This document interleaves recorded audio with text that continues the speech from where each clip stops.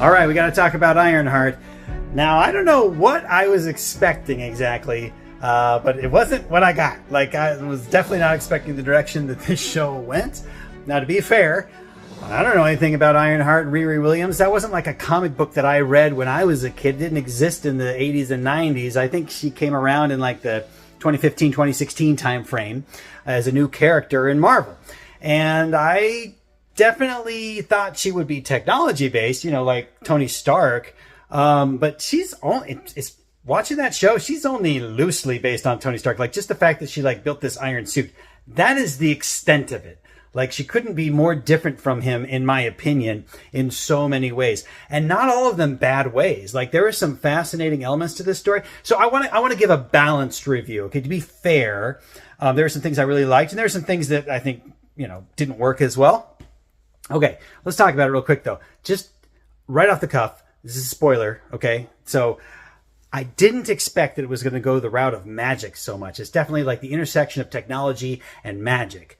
I thought it would just be technology, but apparently I went and checked this. I researched this back in her comics. If you're not familiar with it, there is some of that going on. There is some use of magic on her part at different points. There's a story arc in there called Champions, where they go back to like another dimension called Weird World. It's a weird name, but literally. Anyway, they go to Weird World, her and, I don't know, some other heroes, and she takes on the name Lady Ironheart, but it's like a medieval kind of level of technology, right? So it's like medieval times, but there's some magic elements too. And so she, to compensate for the fact that she doesn't have like access to the same technology that she's used to, she, I don't know, acquires some relic or something called the Mace of Light and Truth.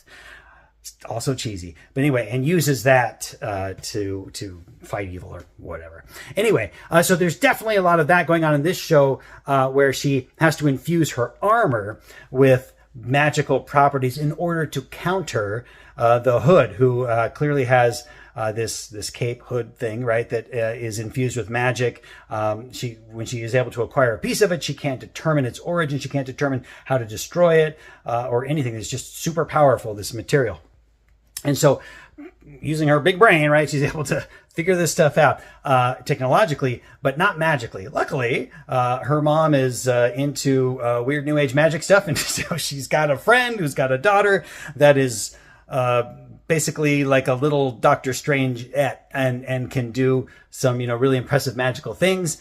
She's like a witch though, or something. So maybe more like a Scarlet Witch type, except maybe less powerful, not interdimensional.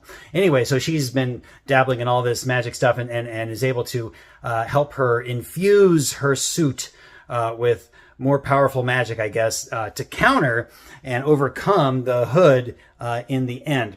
But what I was really surprised by, and that I kind of liked, was that they did not, as I originally thought, they did not make Riri Williams into much of an anti-hero. Like they didn't make her into she can do whatever she wants and like bad stuff and there's no consequences and it's fine, right? It was like, no, she like messed up all the time and made bad choices and suffered for them. And the people she loved also suffered for it, right? I don't think a hero has to be perfect, of course, right? There's plenty of examples of that. And Tony Stark wasn't perfect, right? He suffered consequences for some of his poor decisions.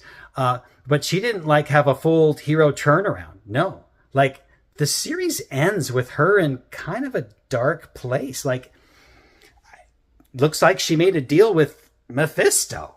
And by the way, we're going to address that, but they finally pulled Mephisto into the canon. So I got thoughts on that. But she's made a deal with the devil, right? This Faustian agreement. And now I guess maybe she's got her friend back, but in a true flesh form instead of just as a hologram, as an AI produced by her suit. So not sure where that's going. I actually surprisingly would like this story to continue because I'd like to see where it goes. Even Hood, I'd kind of like to see where he goes. Now I realize he's like based on like a Robin Hood hero type from the comic books. I know there's a Robin Hood in old times, but like a comic book version, right? And so I don't know anything about him. Not very interested in that character, but I thought the guy from Hamilton who played it, I thought he did a decent job with what it was. So I'm okay. I'd like to see where that goes. But like everybody's making bad decisions. Like there's really not a great moral compass to this show, other than maybe her. And I can't think of his name. Her one guy friend, a little bit. He might be the one. And her mom a little bit, but her mom also, I actually think gives some bad advice to her at times. As a parent. Whereas in the MCU, the greatest parenting of all, hands down, comes from Kamala Khan's parents. Sorry, you don't have to like Ms. Marvel or not, whatever. I think that she's a very charming character, although very poorly written. But her parents are amazing. So they're the gold standard of parenting in the MCU as far as I'm concerned. So her mom is like, she's okay. And obviously she's been through some hard stuff, and had some trauma of her own to deal with. So like they're coming to it from a place where it's understandable. So like I don't expect her to be, able to just like flip a switch and overcome this stuff, so it makes the story a little more real, a little more relatable in some ways. Like you go through hard stuff, like it changes you. Like she's having panic attacks. Like she's not able to like cope and handle things. She's getting overwhelmed. She's kind of a dishonest hustler at times in the show. Like, by the way, I'm not saying like we watch this and like I'm really happy about this. Like we should be emulating, Riri Williams. We should not be. She's not a good example, but she's an interesting cautionary tale, right?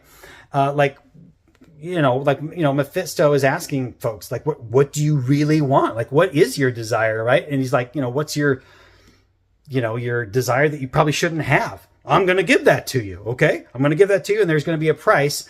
You're not going to like it. He's going to take your soul or whatever. It's a little unclear in the MCU world exactly what that means yet. I know what it means in the comics.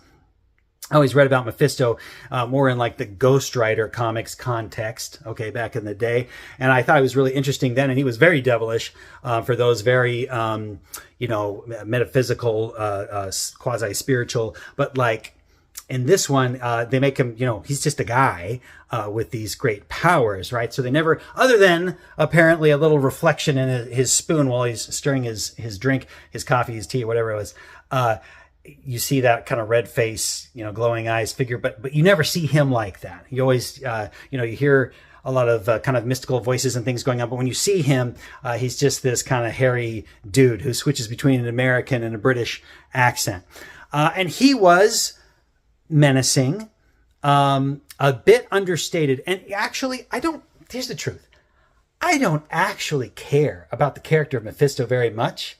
But there was so much like hype and anticipation by so many people about bringing him into the MCU. And everyone thought that it was going to happen either like through WandaVision or through Agatha all along, or, it was always this rumor. And I never in a million years thought it would have been in Ironheart. And I don't know that I agree with that as a great decision as where you want to bring in a character that, although I don't care, apparently has a lot of fan pull and interest. Hopefully that's satisfying to people. I don't know if it is. I thought it was okay. Oh yeah. And the Hood, his little posse of misfits, did not care for those guys. They added nothing to the story, just were kind of annoying. And the son of Iron Man 1 bad guy, completely unnecessary. All right, back to the main video. I did like where they went with Riri, because I'll be honest, like I didn't care for her at all in Wakanda Forever. Like she just kind of got on my nerves. She seemed very arrogant and unearned and kind of obnoxious, and this grounded her more for me. You feel free to disagree. Like I know there's going to be haters for the show, and that's fine. That's totally okay. I guess because I went in with really, really low expectations, maybe that's why I'm feeling better about it. But I would love to hear what you guys thought about this show. Did you like it more than you expected, or were you like, nope, this was a pile of garbage? Either way, I'd love to hear from you. Post your comments. And where do you want to see this character go from there? Would you like to see the show just canceled? Are you like me? You're like interested? Yeah, I'd actually like to see where this goes. The one struggle I will say, like for the whole MCU, still is like the stories have diverged so much with different characters and different stories that are going on that I think it's going to be so difficult to land the plane. I mean, to my mind, Riri Williams, couldn't be a more different direction than what they'll have to do with like Fantastic Four, right?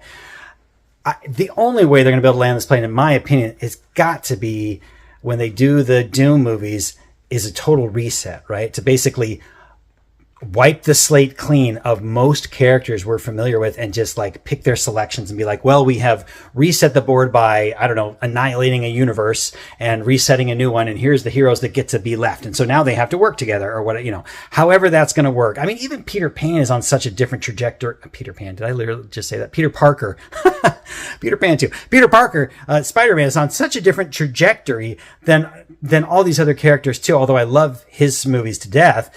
I just like, how do we connect all these things? Anyway, so Ironheart, tell me your thoughts. And if you like this video and you want more analysis, subscribe, leave a like, share. Love to hear from you. Thanks.